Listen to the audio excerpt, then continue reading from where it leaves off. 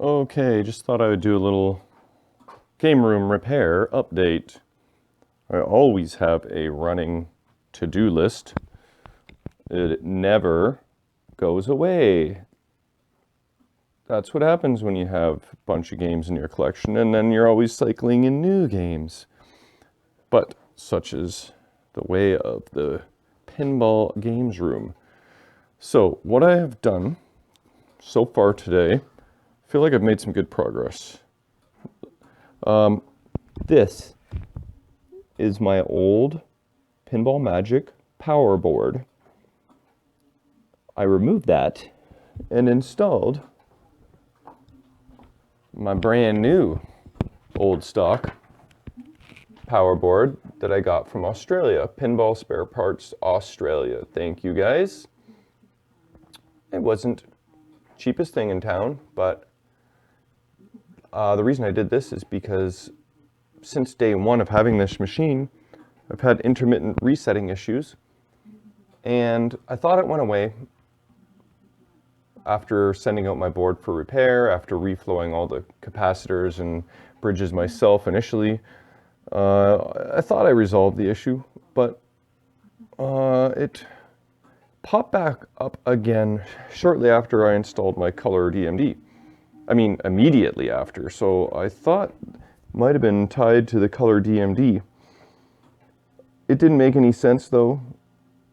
So I just thought I'd buy the new board and rule it out. So I've installed that, and so far, this machine's been on for half an hour to 45 minutes. Has not reset on me that I'm aware of. So that is fingers crossed on that guy. And I am about to post a video on rebuilding the pirate ship on this Pirates of the Caribbean. So I spent some time trying to fix that ship. You can find my video on that soon. That was the main issue, but there was a lot of other little tweaks I had to do, short of tearing this entire machine apart, which I haven't done. Not sure I'm going to on this one. But so far I have cleaned the playfield, replaced all the rubbers on the bottom half of the playfield, all the posts. There's a lot of post rubbers in this game. You know, 1, 2, 3, 4, 5, 6, 7, 8, 9, at least 9 there. But changed all those. I've tightened up basically every screw, nut, and bolt from the top side and underside. New flipper rubbers. Rebuilt the shooter rod. I even put a red shooter tip on there. You can't really see it, but I guess if you're trying to aim your short plunge, you can look through the window there. I got the auto launch working properly. Sometimes it wasn't launching all the way up because it's got a long way to go, but I managed to get that resolved. The trick was adding a bit longer of a barrel spring. Actually, the old one I think was just compressed, so the shooter tip was out a bit. The ball wasn't resting all the way onto the forks. Now the ball can rest onto the forks and get full speed ahead. So I'm sure there's more that I'm missing that I did to this guy, but the main thing is that ship seems to be working. I gotta play test the crap out of it. That is basically the next step, just play test it. Oh, and then put the ship back together again. I'm missing my plastic ship housing because I wanted to test this before I put everything back together again. So once I'm convinced that it's good, then I will reassemble everything and away we go. Also, this Walking Dead issue has been plaguing me on and off for a year. It's intermittent optos, and it's not just the prison door optos, which is here. Let's see if that focuses. Okay, those two are common to register on their own, but it's also the 3 drop target optos. When they start kind of just registering, the drop targets go crazy, the prison goes crazy, you start a multi-ball, you start bloodbath, and you haven't even plunged the ball yet. So I traced it down to J1, P1 connector, and then also, do I have that pulled up still in the Stern manual? This is that little opto board under the playfield. So I was like tracing back all these wires to the CPU and IO board, basically reseating connectors. And Stern uses IDC connectors on these boards, which is not ideal, but this is that one wire there, that J1 pin 1. That seems to be a common for all those optos, so I reseated a lot of these connectors and pushed in on the wire on the IDC connector to try and make for better contact. Also, you know, like this wire is a little bit strained. Like, look at this. Doesn't have a lot of slack. So I tried to give it a little more slack, but maybe just that tightening of that, I still feel like I need to let it breathe a little more. Maybe just the fact that that was taut for so long made that connection not as good as it could have been. Maybe. Who knows? So I reseated a bunch of crap that I thought, like these two switches here, or two connectors here and these connectors here, they're all pertaining to switches. Pushed in all the other connectors. So I've had this Walking Dead and switch test for like an hour, and look, it's, you know, activated, but in that hour not a single opto has triggered on me. So that's good news for now, but we'll just wait and see what happens on that. Then I've been play testing Black Hole. The last issue I was really having was occasionally the ball fires up here from the lower playfield. Occasionally that fuse that deals with that solenoid was blowing. Just, I didn't really understand why. I've gone through the whole circuit. I've replaced the driver board, the transistor under the playfield, the solenoid, the diode, the coil sleeve. I've done everything. And it's been working fine since it blew last. And so I'm just doing more play testing of Black Hole. So that seems to be good. So basically, Pinball Magic right now is behaving, Black Hole is behaving, Pirates of the Caribbean ship's behaving, and Walking Dead is behaving. Like, imagine that none of them screwed up again, how nice that would be.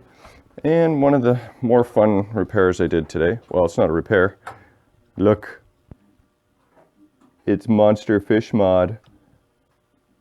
I got this in a bunch of crap from Edmonton, and this was one thing. Like, I was going to sell a bunch of the crap and keep some of the crap. This is one of the things I kept. I got the flash on, but you can see his eyes are blinking with the attract mode, which is cool. I have a ball here to make sure that his hand wasn't getting in the way. Pin side's down right now, so I couldn't really pull up the instructions and it wasn't exactly clear, but I fed the wire down here in behind the fish reel, and then holy poop, I almost pushed the playfield into the cabinet. And then you see where this wire feeds down into? That's the same spot that I fed this wire down into. And then I just hot glued his feet to this plastic, and he's on there good.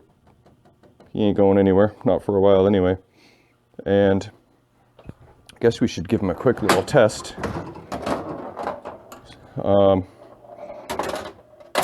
Let's start a monster fish. Let's see what happens. Try and keep the camera steady here. Whoops. Hello.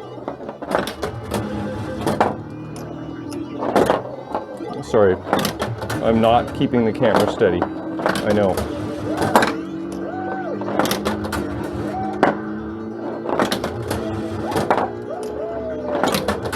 There we go, monster fish. Hurry up is flashing. And yeah, oh wait, there he goes.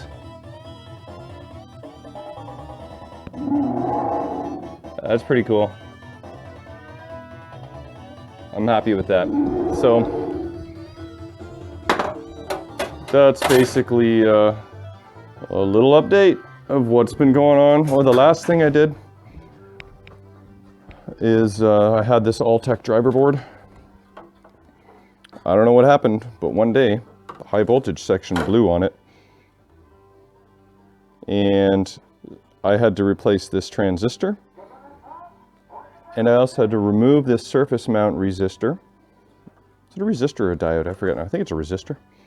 And then mount the equivalent to the back side of the board. So finally got that off my list. So I'm going to test this in my next Bally-35 and see if my high voltage section is back in action. David Alltech sent me those two parts and the directions. Actually, you know what? He sent me the resistor. I just ended up getting this at my local electronics store, the voltage regulator, because it was just faster and closer and more convenient. So it only cost me a few bucks. So that is also what I've done. Now, hey, look at this. This is my favorite part. I get to cross something off my list. Fishtails Monster Fish mod. And the rest is yet to be determined. Dracula, that's all I pretty much have left. Well, not Dracula, just a few little things. Like, time to bust that out soon. Anyway, that is the game room repair update for the day. Actually, a couple quick updates. I took a look at this connector here. By the way, these connectors on this SAM system board set, they're friggin' ridiculously difficult to remove. They're just in there, like, I feel like you're gonna break something by removing them. Anyway, I removed this guy because he was actually looped around this wire bundle here. So I gave him the freedom to breathe now. So I'm happy about that. And I put the game in just standard gameplay. This has been like this for about 10 minutes and nothing bad has happened yet, so that's good. And then I tried to play a game of Fishtails. And from this perspective here, the monster fish mod, you could not even really see him there. It's just kind of hiding. So I didn't like it. So all I did was loop the wire back around this plastic, out here, down through here, all the way out this area, and then up here, and then re-glued him up top there. So now he's a little more visible when you're standing here, you know? You can actually see his face. From here, he's kind of like looking down, and you couldn't, I mean, he is looking down a little bit, but you can actually see him. He's camouflaged in there, but much more visible there than he was there. So I relocated him, and yeah, I think he likes his new spot. He'd love it even more if he could focus. There you go.